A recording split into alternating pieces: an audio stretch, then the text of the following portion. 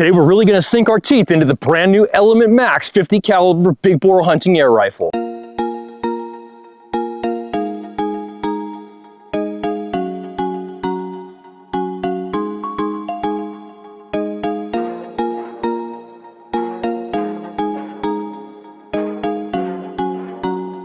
What is up, guys? MACABESPEED coming at ya, bringing it back to basics with an air rifle that's sure to train the user to a higher level of proficiency.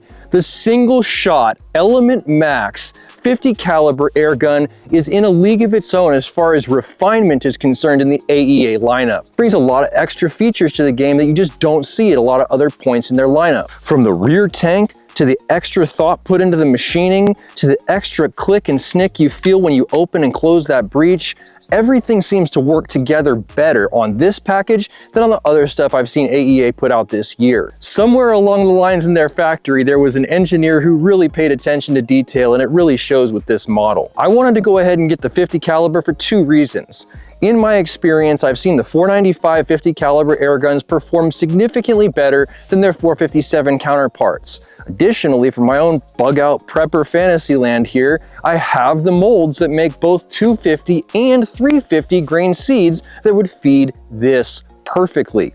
They're both sized in 496, so it's exactly what this thing wants to see on the menu, and it gives me that level of confidence knowing that I can be self-sufficient should the bottom fall out of this wet paper bag we all live in. Now, every single episode I've filmed up to this point today has had some kind of foible with it, and this episode is no different in today's litany of failures. For whatever reason, there is something going on. The way that I've mounted the scope,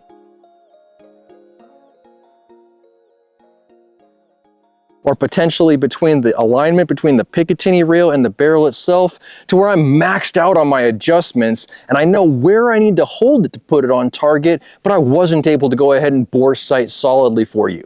I'm also all the way out of adjustment on both windage and elevation to get it where it's at, but I wasn't gonna shortchange you guys and not produce an episode.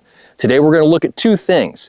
A, what is my grouping like if I have the same hold at 50 yards, and what is the energy that's being produced at the muzzle for those shots?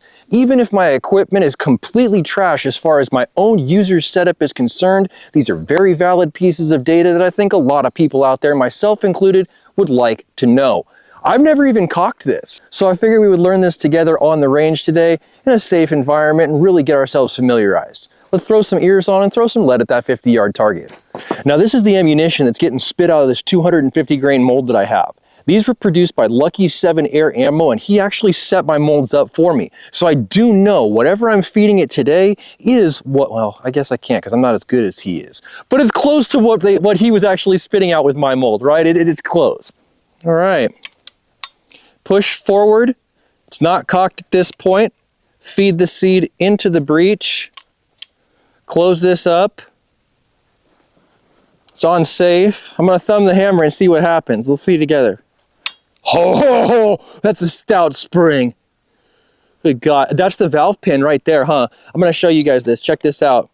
This is where we gotta be really, really thinking about what we're doing, regardless of trying to show you guys something, because we have a loaded and cocked 50 caliber rifle. For safety, I'm gonna put my thumb over the hammer and obviously keep it on safety. So right here, you're gonna see a piece that's protruding from the back of the receiver. That piece right there, I would be willing to bet is something to do with your valve that's gonna set this gun in motion when the sear releases this hammer. Very cool. It's neat. This is neat. This is as close to firearm to me as I've seen an air gun get, right? I mean, it's a hammer, it strikes a pin and it goes bang. Okay, scoot it back from the chronograph slightly, right? And then see if I can remember where I was supposed to hold it to shoot a bullseye. Thumb the safety, hold here, fire.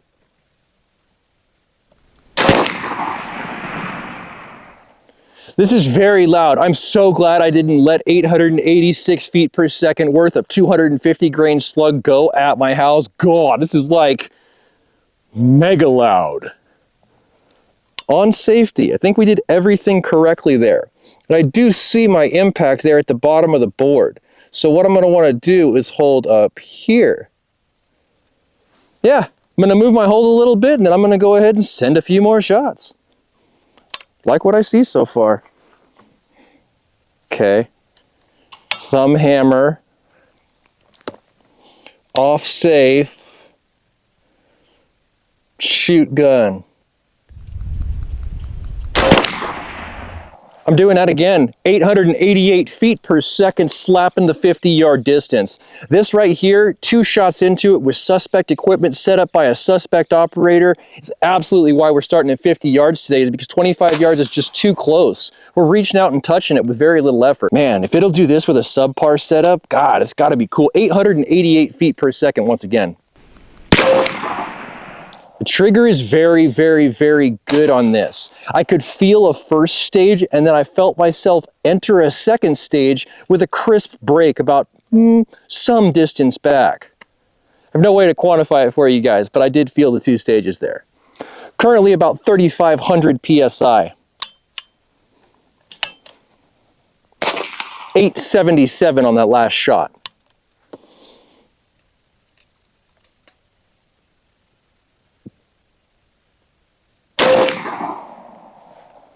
.857, so a small drop in velocity, but a very amicable group.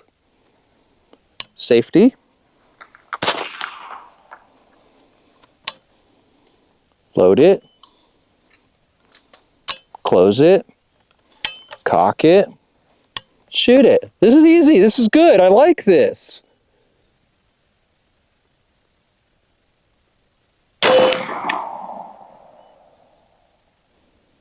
I'm too blind to know. The footage is going to have to tell the tale. I'm still at 3,000 PSI though, so I'm still going to give it hell. 836 feet per second. We're starting to drop off in the power. 814. Raised my point of impact about 1 mil dot and got right back in my group. 2,900 PSI. I'm going to run this thing down. I'm really going to run this thing down into the dirt for you guys.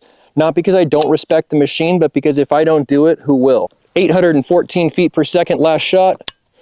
Holding just slightly higher than previous.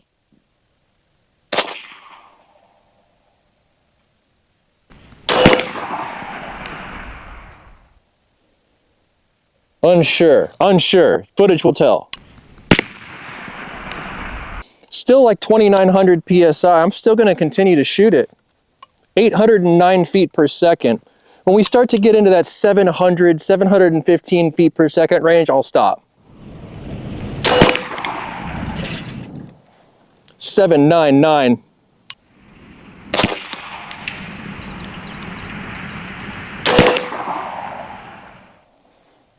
785. So the larger cylinder here is really paying out dividends. I noted that when I did the initial unboxing review on the benchtop, and it's absolutely coming through in spades in the field. The high shot count with this big bore is truly something that I find to be an asset, especially since you only get single shot. Still hitting, still 775 on the velocity, still gonna continue to shoot it for you guys. Hitting, man. 755, really showing that these tanks working in tandem is something that you're definitely going to be able to rely on in the field for a full day of hunting. I mean, I don't know how many shots we're in, probably 10. I know this is more shots per fill than my Dragon Claw. That's one comparable single shot 50 caliber that I could definitely look at and know that on the same single fill without touching the bottle, I'm getting more shots with this one. Without doing the math on the range, it's pretty likely I'm getting stout energy out of it comparably too. 730. And I'm sitting at currently 2,100 PSI. I'm gonna go ahead and put 2 more shots on the board, and right around the 700 FPS mark, I'm gonna kill a test. 713. I don't wanna go below 700, but I'm gonna send one more round here. Really drive the point home that this is a reliable rifle. That one I definitely broke the shot way before I anticipated, and it's my own shooter error to blame for any inaccuracy you saw in that last shot. 687, really driving it down to the point that we anticipated to at the beginning of our test, and even with, like I said, a substandard poor equipment set up by a novice shooter, we were able to go ahead and develop a good group. Well, comparatively good for my own trash skill set. Let's go check out and see what we did. All right, dude, we hammered that thing. Did we go out the back? yeah, we went out the back, taking a solid round and make it into something it was previously not. This is good, dog. I like this. All right, guys, I'm absolutely happy, even though we were only able to go ahead and engage at one distance with one ammunition. We went ahead and saw that I'm gonna get double-digit shot count from a single fill on a front 600 and a rear 250 tank. 850 cc's of air is really giving us that good gas mileage from our fills. Second thing I noted, absolute evidence from that round that we found that was flattened out, even though it's not a hollow point. When you smash a solid like that, it only points to one thing, and it's energy. The foot-pounds can't be overlooked. At 2100 PSI, we generated 687 feet per second, which is basically the top end of the fill on the Dragon Claw from what I remember with it.